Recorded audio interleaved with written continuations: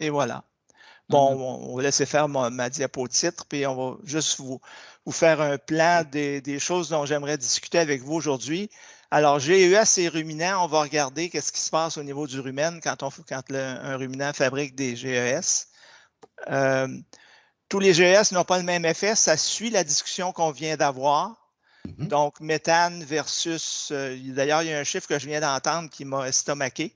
Je vais vous donner le chiffre que les scientifiques donnent. En tout cas, on verra.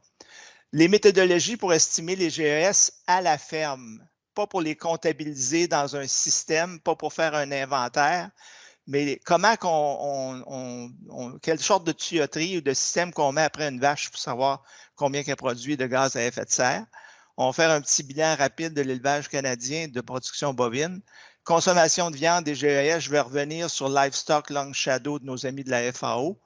Comment réduire les GES? Là, on va tomber dans les poudres magiques qui attirent beaucoup de gens, mais je vous rappelle qu'il y a bien d'autres méthodes qui ne sont pas associées à des poudres magiques qui nous permettraient de réduire les GES, mais qui là exigent que les producteurs se forment, comme disait Nathalie au départ, là, les gens de la Fédération. On va ensuite aller sur le bœuf nourri à l'herbe, puis on va faire, je vais vous montrer une comparaison entre le bœuf à l'herbe, le bœuf naturel et le bœuf conventionnel. Et ensuite, on va finalement terminer sur l'agriculture génératrice avec un petit clin d'œil sur certains additifs en développement, dont les algues, dont il y a été question ce matin. On change de diapo, Gilles. Moi, là, quand j'avais votre âge, les jeunes, eh bien, quand on parlait de méthane, on parlait de perte d'énergie. Je ne sais pas si vous vous souvenez de ça. Le méthane, si vous regardez à la deuxième ligne, premièrement, on a l'animal consomme de l'énergie brute. Je m'excuse d'être en anglais, je n'ai pas eu le temps de la traduire. L'énergie brute, c'est ce que l'animal, quand on prend un fourrage ou un grain, puis qu'on le met en combustion, c'est l'énergie brute qui va être sortie de là. L'animal, bien sûr, n'est pas capable d'extraire toute l'énergie. Alors, il va en déféquer une partie. La différence entre ce qu'il a mangé et ce qu'il a déféqué, c'est l'énergie digestible. Et ça, c'est très important pour la production de gaz à effet de serre parce que la cascade, vous voyez, à la deuxième ligne, on prend l'énergie digestible qui se transforme en énergie métabolisable. Et là, on voit que ça comprend l'énergie perdue dans l'urine et l'énergie perdue dans le méthane. Je vous rappelle qu'il y en a à peu près 90-95% qui est perdu sous forme de RO, de ROT, et un peu perdu dans les PET. Mais c'est faux de dire que les animaux pètent des gaz à effet de serre, ils font principalement des RO. Et tout ça amène à une production d'énergie nette pour nourrir l'animal. C'est là qu'on fait beaucoup de distinctions sur l'utilisation énergétique et les gaz à effet de serre entre les fourrages et les grains. Je vous rappelle qu'à cette époque-là, le méthane, ce n'était pas considéré comme un polluant, il n'y avait aucun problème, mais on visait quand même à le diminuer pour augmenter l'efficacité énergétique des animaux. Aujourd'hui, ce n'est plus du tout la même chose. Le méthane, c'est devenu un polluant et le principal ennemi de la production bovine. C'est notre talon d'Achille. C'est le fait que les ruminants produisent du méthane. On continue, Gilles? Alors là, je reviens à la base. Vous allez trouver ça peut-être nono, mais je reviens à la base. Et je vous présente un tableau avec deux types d'animaux. Deux herbivores, mais un herbivore avec une fermentation prégastrique et un herbivore avec une fermentation post-gastrique. Et c'est là que ça se passe. C'est-à-dire que si vous regardez en haut, c'est un cerf, mais ça pourrait être une vache. Ça, c'est un ruminant. C'est un animal qui a un très gros rumen et un réticulum où les aliments vont séjourner. Le fait qu'ils séjournent là, ça ne donne absolument rien à la vache au départ. Ce qui donne de l'énergie à la vache, c'est que ce rumen et ce réticulum-là sont pleins de micro-organismes. Et il y en a trois grands types. Il y a les bactéries ruminales, il y a les protozoaires ruminaux et il y a les champignons microscopiques.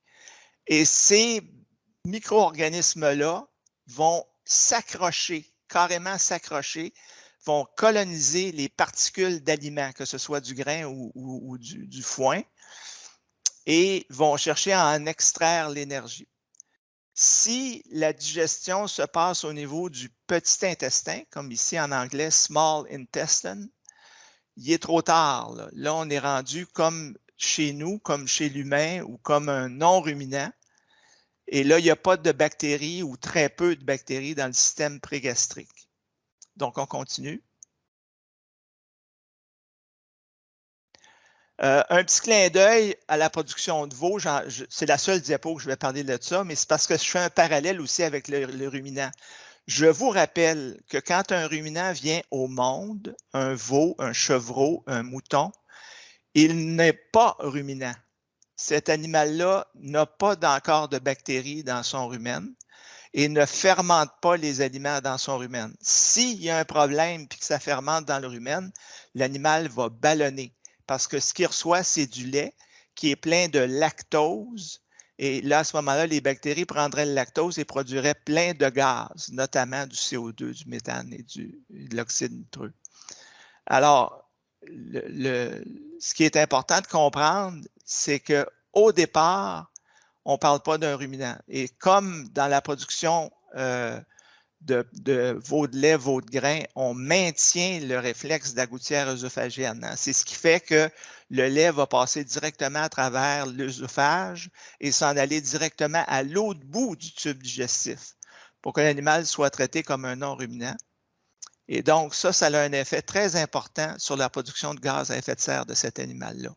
Donc, le veau de grain, veau de lourd, comme on l'a vu tantôt dans les tableaux que Mme Grant nous a montrés, ce n'est pas un animal qui va produire autant de gaz à effet de serre qu'un ruminant. On continue, Gilles. Naturellement, je voulais faire un petit clin d'œil aussi à la production bovine. La production bovine au niveau mondial est en pleine d'extrêmes. Alors, vous avez devant vous, en haut de la viande, la viande provenant d'un blanc-bleu belge. Ceux qui sont allés en Belgique ou qui sont d'origine belge, vous allez reconnaître la texture. Il y a 0 persillage à l'intérieur du muscle. Il n'y a à peu près pas de couverture de gras dorsal. C'est un animal qui a été sélectionné pour être à double musculature. On le voit sur les fesses de la vache qui est devant nous sur la photo. À l'inverse, on a les Japonais qui ont fait le Wagyu, où eux ont sélectionné puis ont poussé pour faire une viande très, très, très persillée. Alors, vous constatez la différence entre les deux. Et pour revenir sur les propos de M. Couture, que j'ai adoré, effectivement, si on commence à comparer des animaux d'un type et de l'autre, on risque de comparer des animaux, des carcasses, comparant des pommes et des oranges. Alors, il faut faire attention en production bovine avec les croisements, entre autres, les races pures, etc., les extrêmes. Puis là, je ne vous ai pas mis le Highland là-dedans. Alors, on continue. Si vous voulez tout savoir, ce qui a été publié dans la littérature scientifique jusqu'à 2016 en production bovine, notamment sur la façon de régir le bétail et la façon de l'alimenter, vous allez voir le document que vous avez devant vous à l'écran. D'ailleurs, en passant, le Nutrient Requirements of Dairy Cattle vient de sortir récemment en 2021. Je crois que c'était janvier 2022, si je ne m'abuse. Dans ces documents-là est apparu un chapitre sur l'environnement, ce qu'il n'y avait pas auparavant, ce qui illustre bien le phénomène associé au fait que la science évolue aussi. Puis ça vous explique que moi, tantôt, je parlais de perte de méthane comme étant une perte d'énergie, alors que maintenant, on parle de production de méthane comme étant un polluant. On continue, Gilles. Et là, vous voyez les grands enjeux. Je ne vous ferai pas la liste des enjeux, mais je vais vous montrer qu'on va parler d'environnement, bien sûr, mais vous voyez que dans les enjeux, Nathalie Côté en a parlé plus tôt, le bien-être animal, entre autres, bien sûr, au niveau des veaux, bien sûr, mais au niveau du bovin ensemble. Un citadin à tendance végane qui voit la photo que j'ai associée à cette diapositive-là, il vient de perdre le goût de manger du bœuf, puis il vient de s'abonner à Livestock Launch Shadow pour lire des propos des gens de la FAO. Bien sûr, il y a toutes sortes d'autres dossiers, comme par exemple au niveau de la santé humaine, Nathalie en parlait. Il y a l'usage des antibiotiques. En Ontario, il y a beaucoup de débats là-dessus. Les gras saturés, l'effet de la viande sur le cancer. Mais somme toute, aujourd'hui, on va se concentrer sur l'environnement, sur l'enjeu des gaz à effet de serre et en fait, on va parler quasi strictement du méthane. On ne parlera pas de l'oxyde nitreux. Ça pourrait faire l'objet d'une autre présentation. On continue, Gilles. Alors, le méthane, c'est produit où? C'est produit dans le rumen de l'animal. C'est produit par certaines bactéries qui vont chercher à aider l'animal à se débarrasser de l'hydrogène qui est produit par la fermentation. Quand on voit la fermentation des aliments dans un rumen, ça se transforme. Les bactéries vont utiliser les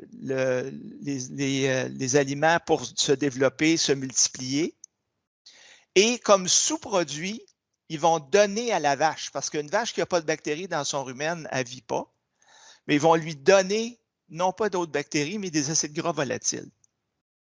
Et ces acides gras volatiles-là sont principalement de l'acétate, du propionate et du butyrate, et elles ont toutes leurs caractéristiques particulières. Je vais vous laisser faire les détails, mais tout ce que je sais, c'est qu'une production d'acide acétique importante par rapport à l'acide propionique, ça va produire beaucoup plus d'hydrogène qui doit être combiné par d'autres bactéries, les méthanogènes, qui vont produire du CH4. Parce que sinon, comme c'est un milieu anaérobie, qui n'a pas d'air, à ce moment-là, l'hydrogène ferait en sorte que ce milieu-là deviendrait rapidement un milieu acide. Et l'animal arrêterait de manger parce que les bactéries ne sont pas équipées pour gérer ça. Donc, c'est la combinaison du CO2 et de l'hydrogène qui fait que l'animal, il veut se débarrasser d'hydrogène. Donc, il met 4 hydrogènes avec un carbone, puis il s'en débarrasse. C'est comme ça que ça se passe. C'est une perte d'énergie et c'est associé au fait qu'un ruminant, il ne faut jamais oublier qu'un ruminant, c'est d'abord et avant tout un gros édifice qui abrite des micro-organismes dans une partie de l'édifice qu'on appelle le rumen. On continue.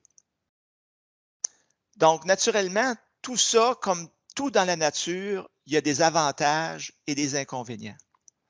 Les avantages de la fermentation prégastrique, autrement dit de la fermentation de toutes ces bactéries-là, protozoaires, etc., c'est que le ruminant, il est fantastique, il peut utiliser des aliments de faible qualité nutritionnelle.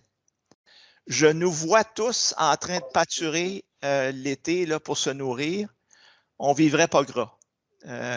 L'exemple du céleri est un bon exemple. Quand on mange du céleri, on dépense plus de calories à essayer de le manger puis de le digérer qu'à le métaboliser. Dans le cas des ruminants, vous le savez, ce sont des animaux qui sont équipés, qui sont dans leur niche écologique, capables d'utiliser la cellulose des plantes vertes et l'azote non protéique dans certaines circonstances. En plus, la fermentation prégastrique va permettre de gérer certaines molécules. Par exemple, les oxalates. Les oxalates, si vous voulez penser à une plante qui en contient beaucoup, c'est la rhubarbe, ma plante fétiche, parce que je suis en Estrie, moi, puis la rhubarbe, c'est la seule plante que les chevreuils estriens n'ont pas découvert encore. En fait, ils l'ont découvert, mais il y a tellement d'oxalates là-dedans que ça en réduit l'ingestion. Alors que pour un niveau d'oxalate relativement petit, comme dans les légumineuses, luzerne, le trèfle, les bactéries du rumen sont capables de gérer ça. Ils sont capables aussi de gérer jusqu'à un certain point les alcaloïdes. Vous vous souvenez des fameux alcaloïdes dans l'alpistroso, entre autres. Naturellement, un autre avantage de la fermentation prégastrique, c'est qu'il va y avoir synthèse de protéines microbiennes qui contient des acides aminés essentiels. Or, les acides aminés essentiels, si l'animal ne les reçoit pas, il va diminuer sa production, il va limiter sa productivité parce que ce sont des acides aminés dits essentiels. Alors donc, avec la fermentation prégastrique bien gérée, on va faire travailler l'animal pour nous. Même chose pour le groupe des vitamines B, notamment des vitamines comme la vitamine B6, le folate ou la vitamine B12, la biotine. On continue. Naturellement, il y a des avantages.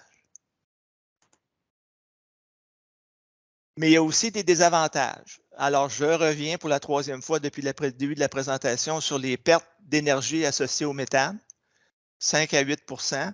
C'est très variable, les chiffres changent énormément. Le GIEC, par exemple, va vous dire qu'un animal nourri au grain, ça perd 3 de l'énergie brute qu'il a consommée sous forme de méthane, alors qu'un animal nourri au fourrage, ça en perd 6, 2 fois plus. Alors, le rendement dépend du pourcentage des glucides non cellulosiques. Alors, c'est ce que je viens de vous dire. Le GIEC dit que les animaux nourris au grain, donc ces animaux-là reçoivent beaucoup de glucides non cellulosiques, les pertes de méthane sont moins grandes. Attention, il ne faut pas exagérer avec les grains, vous savez toutes les conséquences que ça a sur la santé ruminale. Bien sûr, il y a des pertes protéiques aussi qui sont associées au fait de maintenir une population microbienne à l'intérieur de ce gros bloc appartement-là qui est le rumen, et c'est de l'ordre de 20 des pertes d'azote. Donc, il y a des avantages et des inconvénients à la fermentation ruminale. On continue. D'autres désavantages, et ça, vous allez en entendre parler beaucoup au niveau des prochaines années. Par exemple, la transformation des nitrates en nitrites. Alors, plusieurs d'entre vous avaient probablement vécu ça, les gens de Montérégie, entre autres, avec le maïs. Les années où le maïs gèle et où il vient d'être fertilisé à l'azote ou a été fertilisé massivement à l'azote, il y a une concentration des nitrates au niveau de la tige. L'animal consomme ça. L'animal qui a trop de nitrates va transformer en nitrite et là risque d'être vachement malade, comme on dit, voire de mourir. L'urée qui transforme en ammoniac, c'est la même chose. Si l'animal a trop d'urée dans sa ration, il risque de faire de l'ammoniémie. Les glucides qui se transforment en acide lactique, c'est le principe que je vous ai dit tantôt de l'amidon. Et finalement, le tryptophane en 3-méthylindole, c'est très, très connu en Océanie, Australie, Nouvelle-Zélande, parce que ça donne une mauvaise saveur à la viande. Donc, ça a un effet important. Ça vient, entre autres, du trèfle blanc, jeune, immature, qui contient beaucoup de tryptophane. Donc, il y a aussi des désavantages du point de vue des toxines. Tantôt, on a vu des avantages pour certaines toxines comme les oxalates, etc. Au niveau des désavantages, il y a des désavantages, par exemple, au niveau des nitrates transformés en nitrites. On continue, Gilles, merci. Un des gros désavantages pour moi, il est illustré dans ce tableau-là. Je sais bien que le NADH, etc., ça ne vous dit rien. Ce que je vous dis, c'est que les ATP sont l'unité d'énergie, c'est le gallon de pétrole, ça, qui est utilisé par les bactéries et par les cellules de la vache pour utiliser l'énergie provenant des aliments.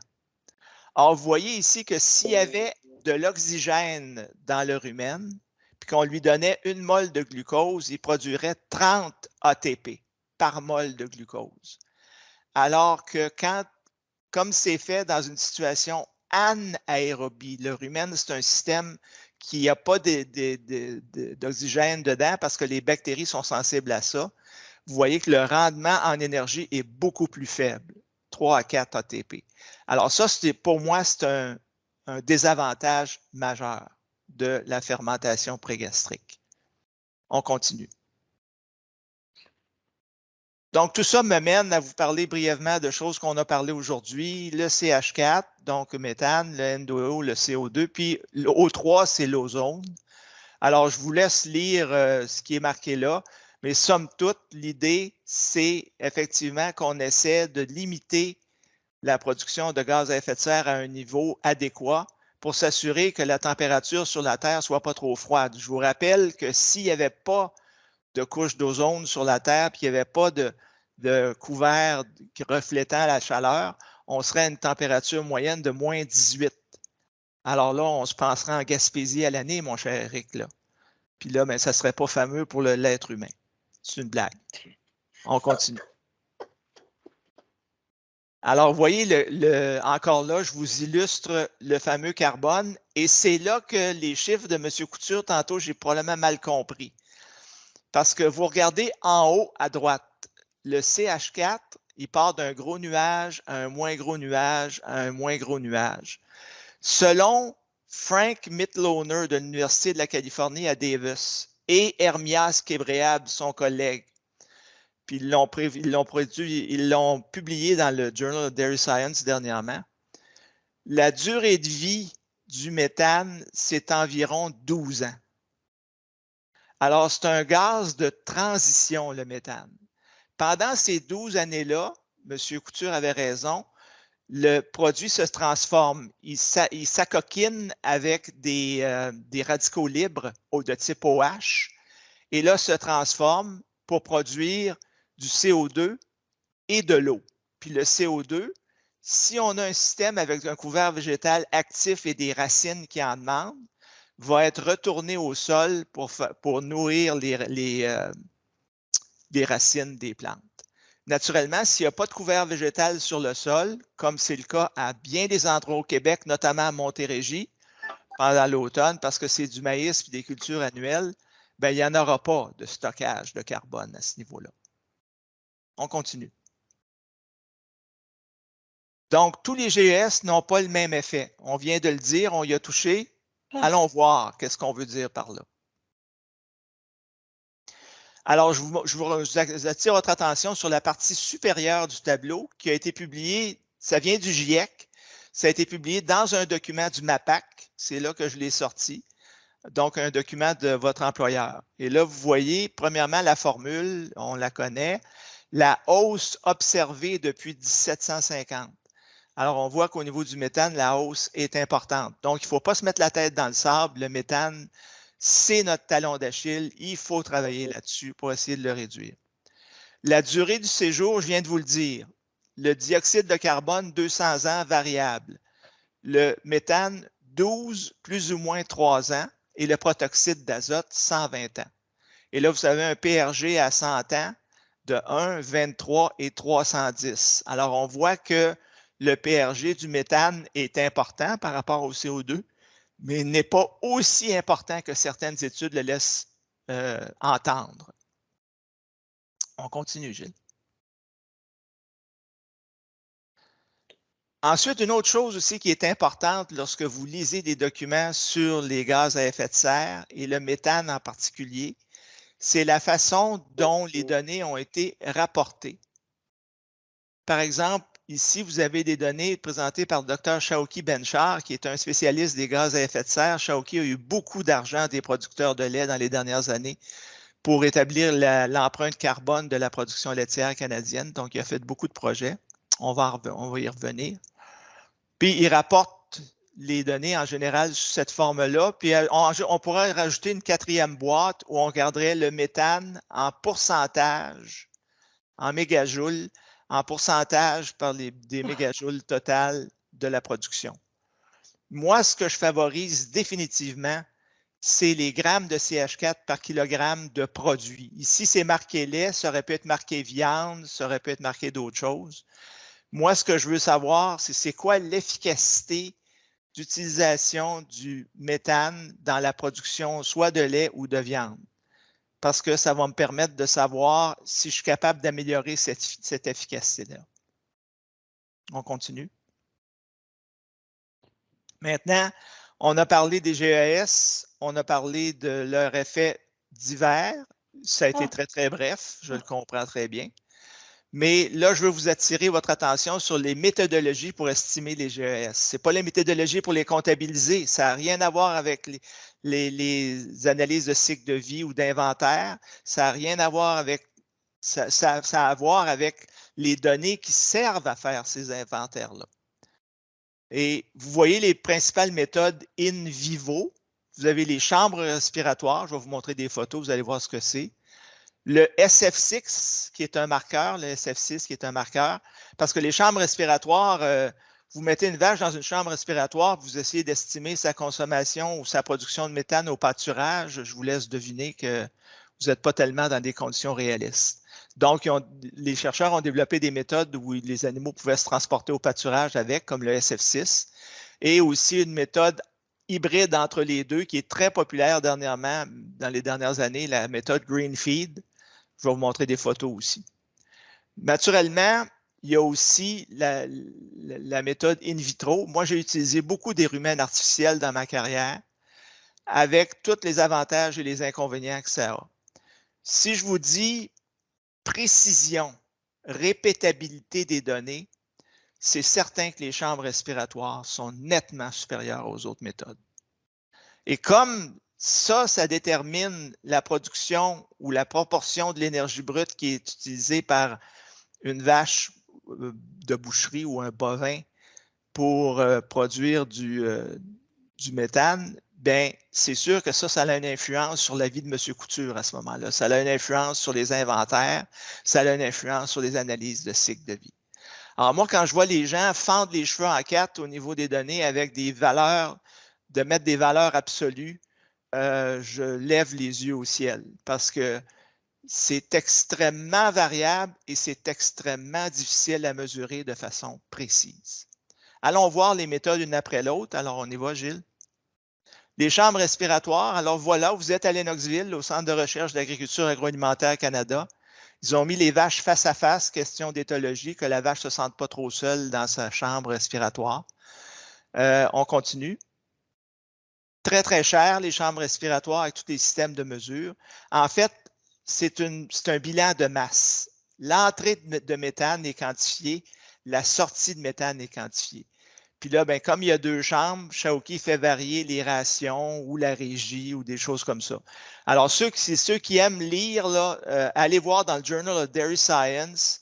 Vous allez voir beaucoup d'articles avec le nom Ben Char et collaborateurs. Ils ont regardé l'ensilage de maïs comparé à la luzerne. Ils ont comparé l'ensilage d'orge à 0,50-100% de la diète. Ils ont fait toutes sortes de recherches dans les dernières années. Donc, la chambre respiratoire. On continue. Le SF6, et là, on est dehors. Là, vous voyez que dans 3 des 4 photos, on est dehors. On est avec des animaux au pâturage. Vous voyez l'espèce de système qu'ils ont soit dans le cou, derrière la tête ou au niveau de la gorge. En fait, ce que vous ne voyez pas, c'est qu'il y a un petit tuyau là, qui est au niveau du museau, sort est tout près des naseaux. Puis quand l'animal rote, ben, les gaz sont envoyés là et c'est la dilution du marqueur SF6 qui fait en sorte qu'on peut estimer la quantité de gaz à effet de serre produite. Puis après ça, ben, à partir des échantillons pris, ils vont établir la proportion de méthane, de CO2 et d'oxyde nitreux. Donc, SF6, méthode beaucoup moins dispendieuse, mais beaucoup moins précise. Il y a des gens scientifiques qui ont abandonné cette méthode dans les dernières années. Et finalement, la méthode Greenfeed. Alors, ça, c'est un dessin. Je ne vous ai pas montré de photo, mais j'en voyais récemment en Irlande, entre autres. Je peux vous dire que ceux que ça intéresse de voir ça de proche, vous n'avez pas besoin d'aller en Irlande, vous avez juste besoin d'aller au New Hampshire. J'ai un de mes anciens étudiants au post-doctoral, Dr. André Brito, à l'Université du New Hampshire, qui utilise, il y en a, je pense qu'il y en a 4 systèmes comme celui-là. Alors, l'idée, c'est que pendant que l'animal va manger, on va aller essayer de mesurer par des flots d'air la quantité de gaz à effet de serre qu'il produit. Donc, plus précis, mais très dispendieux. Et quand même relativement mobile, ça se transporte au champ. Mais c'est définitivement pas comme faire pâturer un animal. Je continue. Donc, vous avez vu que les méthodologies font en sorte que moi, je prends ça avec un grain de sel. Puis le grain de sel, il n'est pas moulu finement. Alors, il y a quand même beaucoup de variations dans les quantités qu'on met qui vont éventuellement aboutir dans des inventaires. Faisons un petit bilan rapide de l'élevage canadien. Alors, vous voyez ici une diapositive qui vient de chez vous avec les augmentations de 90 à 2019. Il y a eu des cas où ça a légèrement baissé, mais en général, il y a eu des augmentations, bien sûr. Donc, le bilan du système canadien est bon, mais il y a quand même augmentation. Là, ce qui nous aide, c'est qu'au niveau des bovins laitiers, le nombre est presque toujours en diminution, quoique ça s'est stabilisé dans les dernières années, mais plus on baisse le nombre d'animaux, moins on produit de GES, bien sûr, ou plus on a des animaux productifs. Dans le bovin de boucherie, on a eu une baisse aussi associée à toutes sortes de choses. Je ne spéculerai pas là-dessus. Nathalie a sûrement un point de vue plus que moi là-dessus. Mais bon, quand on baisse le nombre d'animaux, en bout de ligne, les gaz à effet de serre diminuent. Globalement. On continue, Gilles? Une chose que j'ai trouvée très intéressante, c'est les différences entre les deux solitudes au Canada et notre façon de gérer les gaz à effet de serre, puis de façon de gérer l'environnement d'une région à l'autre au pays. Si vous constatez, les fermes qui ont un EFP, c'est un Environmental Farm Plan, un plan agro-environnemental de fertilisation, autrement dit, pour parler à la québécoise. Au Canada, la moyenne des fermes bovines, de toutes les fermes, pardon, c'est 35% des fermes qui ont complété un EFP. Je vous rappelle que dans plusieurs provinces, quasi toutes, à part le Québec, ce n'est pas obligatoire, c'est volontaire. Alors, bien sûr, on voit qu'ailleurs, dans des provinces comme le Manitoba, la Saskatchewan, l'Alberta, 28, 26, 23%, Colombie-Britannique, 21%, ils ne sont pas friands. Alors qu'au Québec, 72%. Bien sûr, hein, ça vient de incitatifs gouvernementaux puis de l'effet du gouvernement, en tout cas, à mon avis personnel. Et ensuite, vous voyez le deuxième tableau, est-ce que les gens ont été subventionnés pour adopter? Au Canada, dans son ensemble, 39%. Et on voit que la province où les gens ont été le moins subventionnés pour adopter les plans agro-environnementaux de fertilisation, c'est le Québec, avec 22%. On voit des provinces comme la Saskatchewan, l'Alberta, le Manitoba, on est autour de 50% des fermes. Ils sont subventionnés pour faire l'action volontaire de faire un plan agro-environnemental de fertilisation. Vous allez me dire, où tu t'en vas avec tes skis? Ce que je veux juste dire, c'est qu'il y a des différences, pas juste scientifiques, il y a des différences politiques d'une région à l'autre qui vont affecter les gaz à effet de serre. On continue. Maintenant, si on regarde du point de vue scientifique, c'est quoi l'empreinte carbone, pardon, pas l'empreinte carbone, mais l'empreinte méthane de la production bovine au Canada? Je vous réfère à 5 études récentes, dont 2 ont été faites au Canada, 3 autres ont été faites aux États-Unis, dans 3 États différents. L'empreinte carbone de la production bovine va du simple au double, de 10 à 20 kg de CO2 équivalent par kilogramme de poids final de l'animal. Dans quelle proportion ce 10 à 20 kg de CO2 se situe-t-il? 60%, c'est du méthane.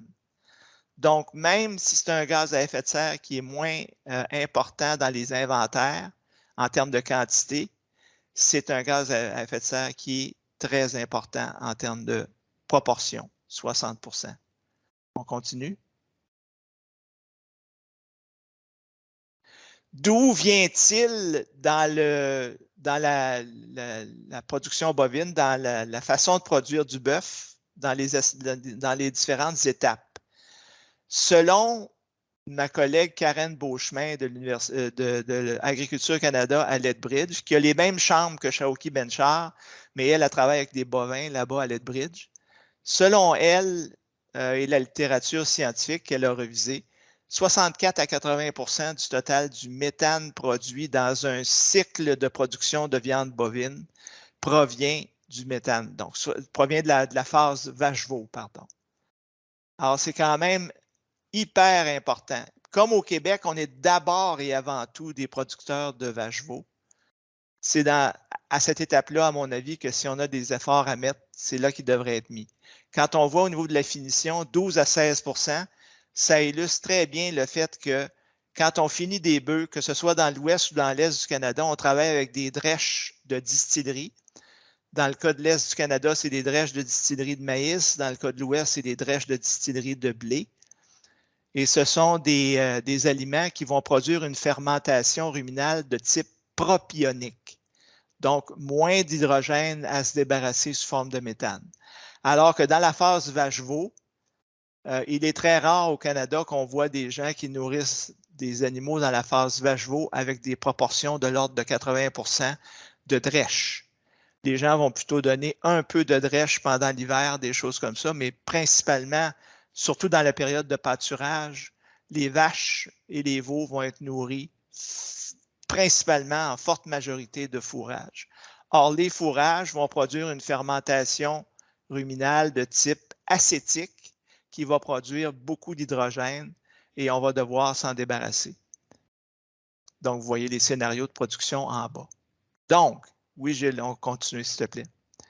Donc, vous voyez comment le système du NRC va estimer le pourcentage de l'énergie qui est de l'énergie brute ingérée, hein, Gross Energy Intake, comme vous voyez en bas, là. Alors, vous voyez que le méthane est égal à 3,7 moins 9,5 de GEI dépend de la qualité des fourrages. Ça, c'est l'équation pour des rations fourragères. La ration pour les grains, vous voyez que c'est 3 plus ou moins 1. Donc, il n'y a pas de fonction de l'énergie brute ingérée. C'est une valeur standard de 3 plus ou moins 1. Donc, on est rendu probablement à la limite biologique de ce que l'animal est capable de faire, c'est-à-dire de réduire. L'animal va quand même produire beaucoup de propionate, mais il va quand même produire un peu d'acétate, ce qui va faire en sorte qu'il va avoir un peu de méthane de produit par ces animaux-là. Vous voyez qu'au niveau du grain, on est avantagé dans l'Est parce que c'est le maïs qui est le meilleur. Il y a des facteurs qui vont faire varier la production de méthane chez les ruminants. La consommation volontaire de matière sèche, lorsqu'elle augmente, l'effet sur le méthane va faire en sorte que ça va diminuer en termes d'intensité, comme je vous parlais tantôt, sur la base des produits finaux. Si on regarde ça justement seulement sur la base de la production de méthane journalière, ça va l'augmenter. Mais c'est pas, je m'en fous totalement de la production de méthane journalière. Ce que je veux savoir, c'est quel est le bilan en termes de comment je vais être capable de produire de kilogrammes de lait en produisant ou de viande en produisant une certaine quantité de méthane. Le ratio fourrage concentré, lorsqu'il diminue, donc lorsqu'on met plus de concentré, je viens de vous le dire, ça fait augmenter, ça fait diminuer le méthane. Les concentrés riches en amidon, comme les grains, versus les fibres, la pulpe de betterave, par exemple. Les riches en grains, surtout l'amidon de maïs, ça fait baisser la production de méthane, maïs versus orge, je viens de le dire, et la grosseur des particules de fourrage. Et ça, c'est un sujet de débat continuel en production vache-veau au Québec. On a adopté une machine ici qui s'appelle la presse à balles rondes, qui fait en sorte que l'animal doit mastiquer massivement et travailler massivement son fourrage avant qu'il soit capable de passer à travers le rumen. C'est pas possible de prendre un grand brin de foin comme on voit dans les balles rondes, puis de le faire passer directement à l'intestin ou à l'abomasum de la vache. Ça ne passera juste pas. Donc, il faut le travailler. Donc, ce soit la vache qui va le faire ou nous qui allons le faire pour essayer de baisser les gaz à effet de serre. On continue. Donc, le bilan de l'élevage canadien est fait. Consommation de viande et GES. Alors là-dessus, on continue, Gilles. Je reviens sur le fameux rapport, le rapport honni par tout le monde. D'ailleurs, les auteurs de ce rapport-là se seront rétractés quelques années plus tard parce qu'ils étaient sous tellement de critiques de la part du monde scientifique. Ce rapport-là, somme toute, très brièvement, ce qu'il dit, c'est que ça coûte autant de gaz à effet de serre de produire du bœuf au niveau mondial sur la planète que de se transporter en véhicule à essence. Or, bon, M. Couture l'a expliqué tantôt brièvement, c'est une question de méthodologie de calcul. En fait, c'est une question de diamètre de l'analyse de cycle de vie qu'ils ont faite. Dans le cas du pétrole consommé par les automobiles, ils ont juste pris le pétrole consommé par l'auto. Ils n'ont pas pris le pétrole consommé pour faire les routes, ils n'ont pas pris le pétrole, etc., blablabla. Alors que dans le cas de la viande, ils ont fait d'un bout à l'autre, de la naissance jusqu'à la mort de l'animal. From the cradle to the grave, comme ils disent en anglais. Donc, ça, ce rapport-là, il a été mis à la poubelle par plusieurs personnes, mais son impact négatif sur la consommation de viande demeure. Et beaucoup de groupes véganes et groupes anti-viande vont vous citer ce rapport-là, même si, comme je vous dis, il y a eu rétroaction. Ils se sont rétractés, pardon. On continue. La production de viande aussi, il faut regarder le tableau qu'il y a ici bien comme il faut, puis comparer l'Amérique du Nord avec des régions comme l'Amérique latine, l'Asie du Sud et l'Afrique subsaharienne. Alors, dans ces pays-là, on voit des gens qui vont utiliser d'ailleurs les animaux à d'autres fins aussi. Ils vont utiliser pour tirer des charrettes, etc., pour produire de l'énergie, etc. Alors qu'en Amérique du Nord, vous voyez que notre efficacité fait en sorte qu'on est égal ou à peu près avec l'Océanie. On produit à peu près, selon cette étude-là de la FAO 2013, à peu près 26-29 kg d'équivalent CO2 par kilogramme de poids de carcasse. Alors que nos compatriotes, nos êtres humains d'Asie du Sud, alors Asie du Sud, vous savez de quoi on parle? On parle des pays comme la Malaisie, l'Indonésie, etc. L'Afrique subsaharienne, ben, pour y avoir été, je peux vous dire qu'au Sénégal, la productivité du bétail, on repassera, là. Alors, à ce moment-là, c'est bien sûr que quand on regarde les choses au niveau international, puis qu'on fait des moyennes globales, ça n'a rien à voir.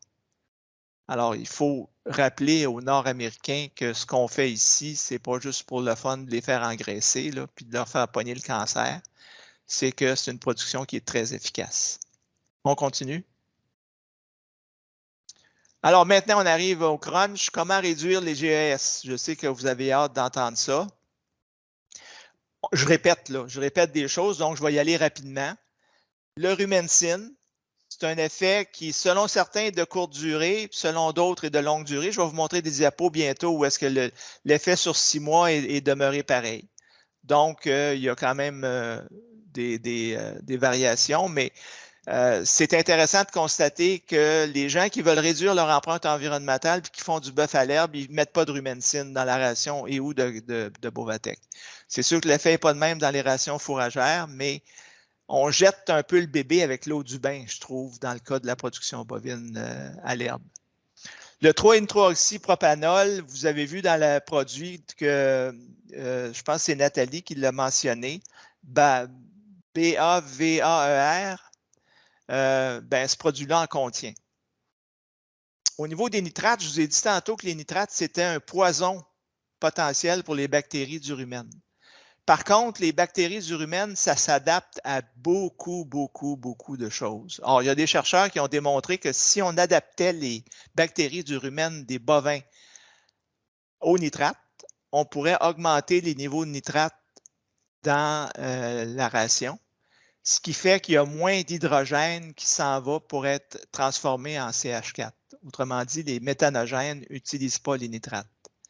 Et ce nitrate-là s'en va dans l'urine. Cet azote-là s'en va dans l'urine. Les composés secondaires des plantes, on a parlé des tanins. Il y avait un tableau tantôt avec les tanins. Les tanins condensés devraient faire l'objet de votre intérêt, pas les tanins solubles. Les tanins, souvent, on parle de ça en général, ça a le don de m'horripiler. Ça fait longtemps qu'on devrait avoir une recherche au niveau mondial plus coordonnée par rapport aux tanins, savoir comment on les mesure, savoir qu'est-ce qu'on mesure, puis savoir qu'est-ce qu'ils ont comme effet. C'est certain que c'est très intéressant pour quelqu'un comme moi qui parle de bœuf au fourrage, qui en a parlé beaucoup dans sa carrière. Je peux vous montrer des résultats de projets avec du lotier corniculé, où ils ont eu de très beaux résultats, mais dépendant des niveaux de tanins qu'il y avait dans le produit. Il y a d'autres composés secondaires qui sont moins connus, qu'on va probablement découvrir au courant des prochaines années. Les acides organiques, ceux qui se souviennent des années 80, le malate ou l'acide malique, qui est un acide du cycle de Krebs, donc améliore l'efficacité cellulaire de l'animal. Alors, c'était un produit qu'on cherchait à augmenter les concentrations dans la luzerne. Ils avaient démontré qu'il y avait des variétés de luzerne qui contenaient plus d'acide malique ou de malate, et donc il y avait un effet positif sur les animaux. Et donc, ça aussi envoyait l'hydrogène dans le produit, soit le lait ou la viande, plutôt qu'envoyer l'hydrogène dans le méthane. Des probiotiques, vous en connaissez plusieurs. Il y a plusieurs producteurs nord-américains dans les parcs d'engraissement, entre autres, qui utilisent des probiotiques pour produire moins de méthane. Les enzymes aussi, bien sûr, c'est un autre produit. La conclusion du NRC 2016 par rapport au chapitre sur les additifs, c'était que l'effet est très variable selon les études et que donc, il faudrait faire des études à la ferme sur des grands nombres de fermes pour s'assurer que le produit en question est bel et bien efficace. Par exemple, est-ce que le rumensin est efficace plus que 30 jours ou moins que 30 jours? Et finalement, il y en a été question ce matin, j'étais content d'entendre ça. Les algues, j'ai marqué récemment parce que ça a été ajouté il y a quelques jours. Les fameuses algues, seaweed, comme on dit en anglais, qui ont été déterminées comme étant réduisant de beaucoup le méthane, dans grande proportion. Mais ces algues-là, malheureusement, présentement, sont produites plutôt sur la côte ouest, donc devraient être très dispendieuses rendues ici. Deuxièmement, est-ce que ça sera possible d'en produire ici? C'est vraiment pas évident. Alors, ce qu'on cherche présentement, moi en scientifique, ce que je ferais, c'est chercher à connaître c'est quoi la molécule active dans l'algue en question pour isoler la molécule, puis peut-être la reproduire en lab, etc., puis la donner aux animaux. On continue. Donc là, je vais vous faire un petit déclinaison des différents produits pour réduire le méthane associé à toute la recherche dans les dernières années. Premièrement, la méthanogénèse, il faut qu'on la comprenne mieux. Présentement, on ne la comprend pas tellement bien, mais ça s'améliore beaucoup. Vous avez le microbiome à droite, là. Ça, c'est un microbiome, ça, pour ceux qui ne connaissent pas ça, là. Donc, c'est une étude de toutes les bactéries, les familles, les lignées, etc., des micro-organismes qu'il y avait dans le rumen d'une vache. Et ça, avec le temps, les analyses sont de plus en plus faciles et moins dispendieuses avec le PCR en ligne, etc. Et on voit qu'on commence à comprendre de plus en plus comment les archébactéries qui produisent du méthane travaillent et comment on pourrait mieux contrôler leur action. On continue. Je viens de vous parler d'autres actions comme la modification des antibiotiques ou l'utilisation des ionophores en bas, l'ajout d'acides gras à chaîne moyenne qui porte beaucoup à controverse parce que ça a un effet sur le produit final. Ça fait moins de méthane, mais le produit final contient plus d'acides gras à chaîne moyenne, ce qui n'est pas nécessairement bon pour la santé. La défaunation, donc je vous ai parlé des protozoaires. Avec la défaunation, on peut cibler certains protozoaires puis les enlever dans le rumen, puis ça a un effet sur le méthane produit. Et finalement, il y a des groupes en Australie qui travaillent sur une vaccination contre les archébactéries méthanogènes. Donc, on continue. Alors là, je vous donne des références que vous pourrez aller lire. Ça, c'est un groupe de Guelph. Eux autres, ils ont utilisé le monensin. Ils ont regardé sa durée, son effet sur une plus longue durée. On continue, Gilles. Alors, vous avez la référence, vous pourrez aller la lire. Et là, vous voyez l'effet qu'ils ont eu. Ils ont eu un effet jusqu'à 6 mois. Après 6 mois, ils ont arrêté le projet, question de durée. Mais vous voyez qu'il y avait une diminution de la production de méthane de 9 dans le rumen de ces animaux-là. Donc, attendez-vous pas à des miracles avec le rumensin, mais c'est quand même une légère diminution de la production de méthane. On continue. Ils ont aussi, le même groupe, travaillé avec de l'acide myristique. C'est un acide gras saturé de longueur de chaîne moyenne, C14,0. Donc, vous voyez que c'est sûr que sur le profil dans le lait, c'est plus ou moins recherché.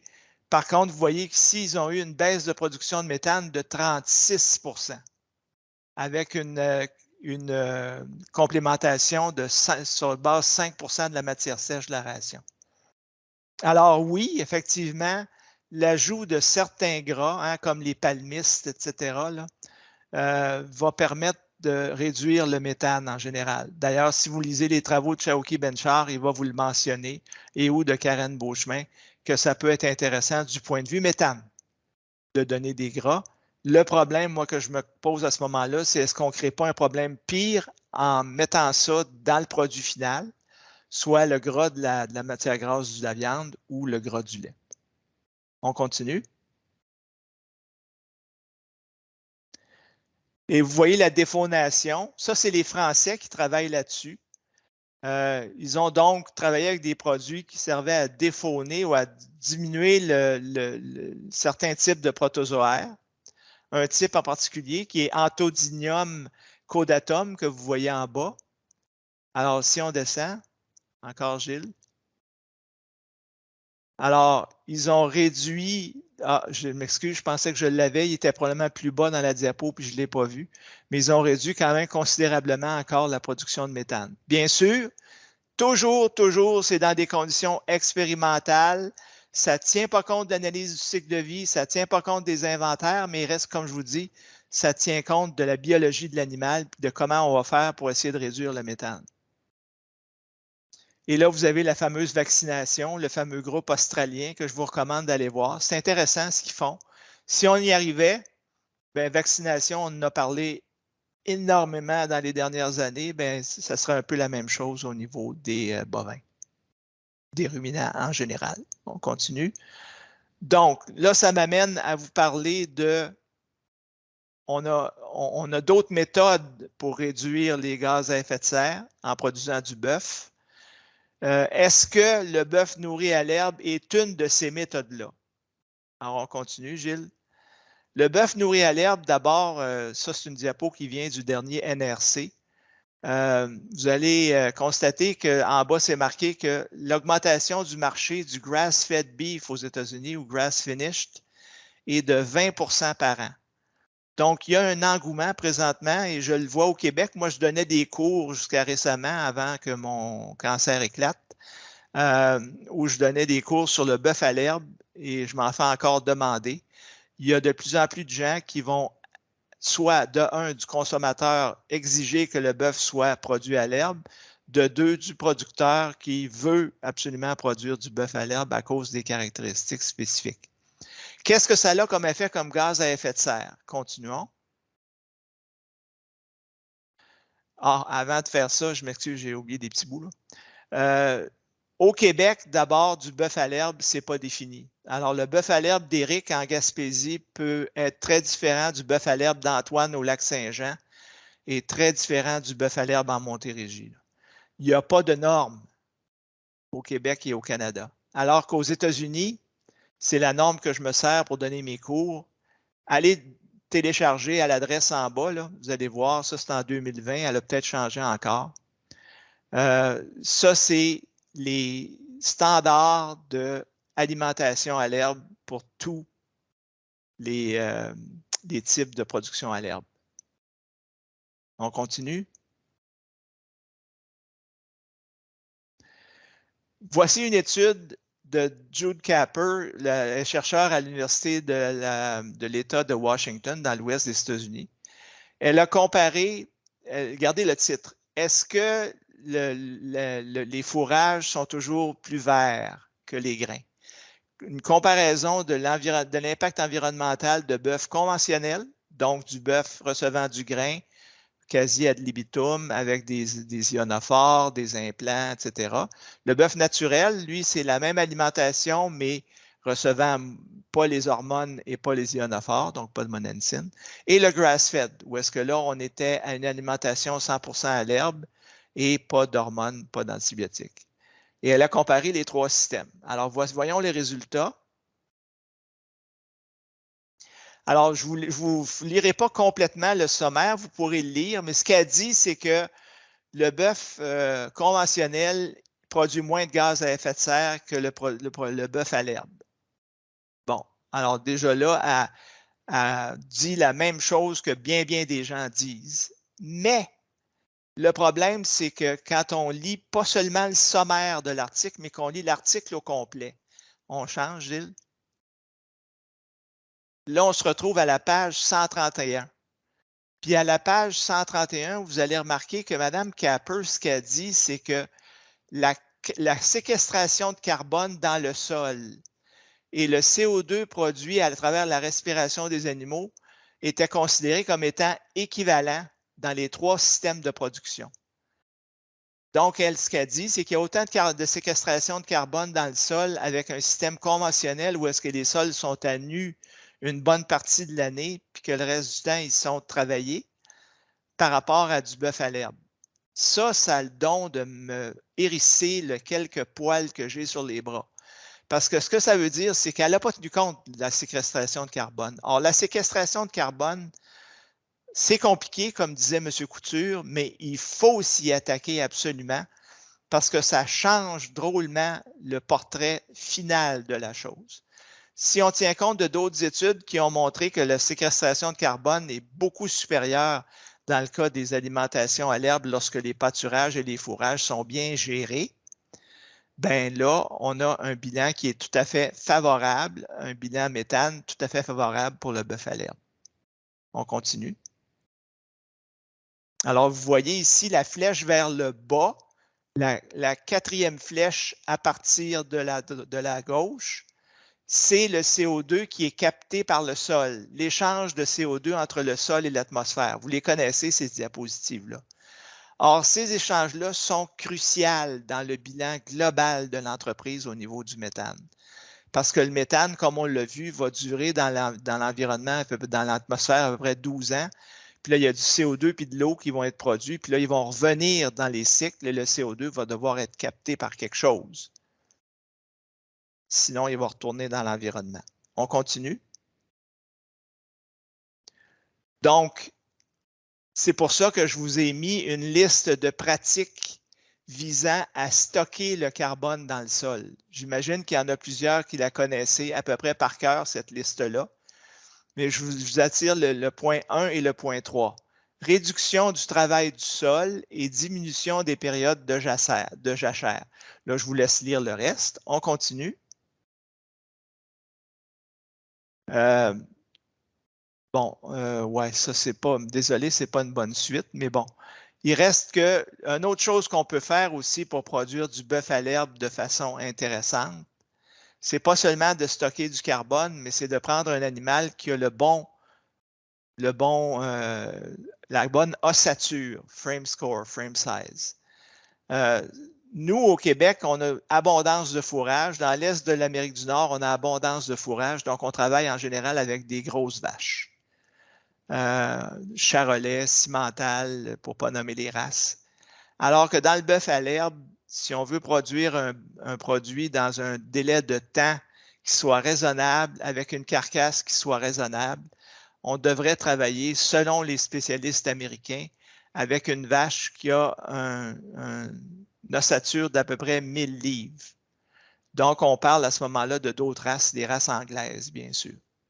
On continue. Donc, le choix des animaux, il faut faire les bons choix. L'agriculture régénératrice, allons là-dedans. Donc, le bœuf nourri à l'herbe, il n'est pas toujours plus polluant, il n'est pas toujours moins polluant, ça dépend. Au niveau de l'agriculture régénératrice, bien, on en a parlé avec Brian Maloney au dernier, pas le dernier, mais l'autre avant, le colloque bœuf, congrès bœuf. Alors, l'agriculture régénératrice, ça fait partie d'une mouvance actuelle. C'est pas bien défini, soit dit en passant. J'ai téléchargé une revue de littérature qui a été publiée dernièrement par des gens dans le bio pour essayer de comprendre ce que tout le monde voulait dire par regenerative agriculture dans différents articles et dans différents milieux. Puis on voit que ça varie passablement. Mais il y a des grands principes qui ressortent. La séquestration du carbone atmosphérique par le sol, la résilience des sols face aux fluctuations du climat. Ce que ça veut dire, c'est qu'on est capable d'optimiser le cycle de l'eau. Donc, autrement dit, quand il pleut abondamment, comme on prévoit qu'il va faire dans les prochaines années, le sol, ce n'est pas un stationnement de centre d'achat où l'eau va seulement perler sur le dessus, mais ça va être un système vivant, une éponge qui va absorber au moins une partie de cette eau-là. Donc, ça, c'est partie de la définition de l'agriculture régénératrice. On continue. Alors, c'est ce que je viens de vous dire, la fameuse revue de littérature. Je vous invite à la consulter. Vous allez constater qu'il y a quand même une variation là, dans l'interprétation de ce que c'est que l'agriculture régénérative ou régénératrice. On continue.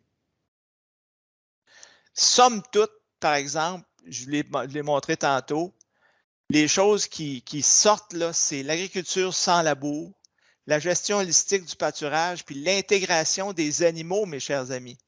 Alors là, on parle, je m'adresse aux gens du bio là, qui ont tendance à enlever les animaux. Là. Dans l'agriculture régénératrice, il y a toujours des animaux parce qu'il y a un cycle et on recycle des choses, dont du fumier et des nutriments qui sont contenus dans du fumier. Puis bien sûr, culture des pâturages. Donc, le pâturage revient à 2-3 fois dans cette liste-là à cause de son importance cruciale dans les dossiers. Puis je suis très content de constater que Brian Maloney avait gagné un prix parce qu'il fait un très bon travail au niveau de la régie de ses pâturages. On continue.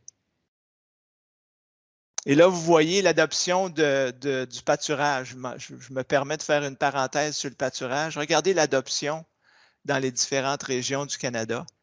Et on voit qu'au Québec, quand même, on est les champions. 58,6 de l'adoption du pâturage en rotation. Je sais que plusieurs d'entre vous allaient dire qu'il y en a qui font une rotation assez théorique et je suis d'accord. Mais je pense que si vous avez des efforts à mettre au courant des prochaines années, c'est sur les pâturages. Malheureusement, le pâturage, ce n'est pas une poudre magique, ce n'est pas une recette. La régie des pâturages, ça doit varier d'une année à l'autre, puis ça doit provenir d'une compréhension profonde de la part du producteur de la biologie des plantes et de l'interaction biologique entre les plantes et les ruminants. Et donc, c'est plus facile à dire dans des belles phrases, comme je viens de vous dire là, que de mettre en place sur une ferme. Mais à partir du moment où un producteur a mis en place un bon système de pâturage, comme Brian Maloney, mais il y en a d'autres aussi qui gardent des animaux à l'année, bien, à ce moment-là, on voit une augmentation du carbone puis une séquestration du carbone. On continue. Pour illustrer ce phénomène-là au niveau national, regardez une étude des gens en sol qui avait été présentée par Denis Anger, mais qui est reprise aussi par Marie-Noël Thivierge. Du côté rouge, le carbone a diminué dans le sol. Du côté vert, le carbone a augmenté dans le sol. Séquestration accrue due à l'abandon des jachères et du travail du sol. Dans l'Ouest, il y avait tendance à faire de la jachère traditionnellement et vous voyez que ça a été largement abandonné. Travail du sol, vous savez qu'ils ont de sérieux problèmes d'érosion éolienne, notamment. Et donc, en gardant des résidus au sol, ça aide beaucoup. Il y a d'autres problèmes associés aux résidus au sol, ça je suis d'accord, mais contrairement à nous qui sommes en perte de carbone due à l'augmentation des cultures annuelles. On le voit, le maïs, le soya ne cesse d'augmenter en termes de superficie. Avec les prix attendus cette année, j'imagine que les superficies vont être abondantes. Puis on va labourer des prairies, puis on va mettre beaucoup de maïs. Puis il faut faire attention de faire maïs sur maïs parce qu'on va se retrouver avec des sols où les niveaux de matière organique et donc de carbone sont faibles. Et ça illustre la tendance qu'on observe au niveau du Canada. On continue. En l'an 2000, les sols agricoles ont stocké plus de carbone qu'ils n'en ont émis pour la première fois dans l'histoire du pays. On doit cette réalisation à une ferme volonté de combattre la dégradation des sols par la désertification et l'érosion dévastatrice ayant marqué la majeure partie du 20e siècle. Alors, vous constatez qu'on est capable de renverser des tendances et que ça doit s'accélérer, cette tendance-là. On continue. Donc, le futur, je vous fais un bref clin d'œil au futur, puis après ça, on termine parce que je pense que j'ai dépassé mon temps. Au niveau du futur, Gilles, on y va. Alors, le futur, vous avez la fameuse algue dont on a parlé, le Red Seaweed. Je pense que si on apprend à connaître c'est quoi la substance chimique qui affecte les bactéries méthanogènes dans le rumen, ça pourrait être une bonne façon de réduire l'abondance des méthanogènes et donc d'avoir une production qui soit plus carboneutre. On continue. Finalement, je veux terminer sur le fait que on ignore tout le temps les éléphants dans la pièce. Là. Premièrement, au niveau des gaz à effet de serre, je suis tout à fait d'accord. Le transport, c'est notre ennemi premier. Je ne veux pas pointer du doigt, mais j'imagine qu'il y en a certains qui ont des 4 roues motrices avec des grosses cylindrées. On n'arrête pas d'augmenter les cylindrées de nos véhicules au Québec comme ailleurs en Amérique du Nord. Je regrette, mais ça produit plus de gaz à effet de serre que ben des vaches. Et vous voyez que le gaspillage alimentaire, on est encore pire que le reste du monde. On parle de 40% annuellement ici. Alors, si on fait une politique diminution du gaspillage, éducation des consommateurs dans ce cas-là, pas nécessairement juste des producteurs, mais des consommateurs, on pourrait avoir une diminution du gaspillage alimentaire qui nous permettrait d'avoir un meilleur bilan. Soit dit en passant, il y a une invention canadienne qui s'appelle l'irradiation des aliments qui permet de conserver des choses beaucoup plus longtemps. Mais cette technologie-là n'a jamais été adoptée à cause du fait que ça implique des produits radioactifs. Pas dangereux dans ce cas-là, mais bon. Somme toute, vous voyez qu'au niveau de la science, des fois, comme chercheurs, on fait des choses qui pourraient être intéressantes, mais qui ne sont pas adoptées par l'industrie. Comme moi, quand je vois le bœuf à l'herbe sans ionophore, sans vouloir utiliser rien du tout, je trouve qu'on jette le bébé avec l'eau du bain. C'est mon opinion. Et là-dessus, je vous remercie beaucoup de votre attention.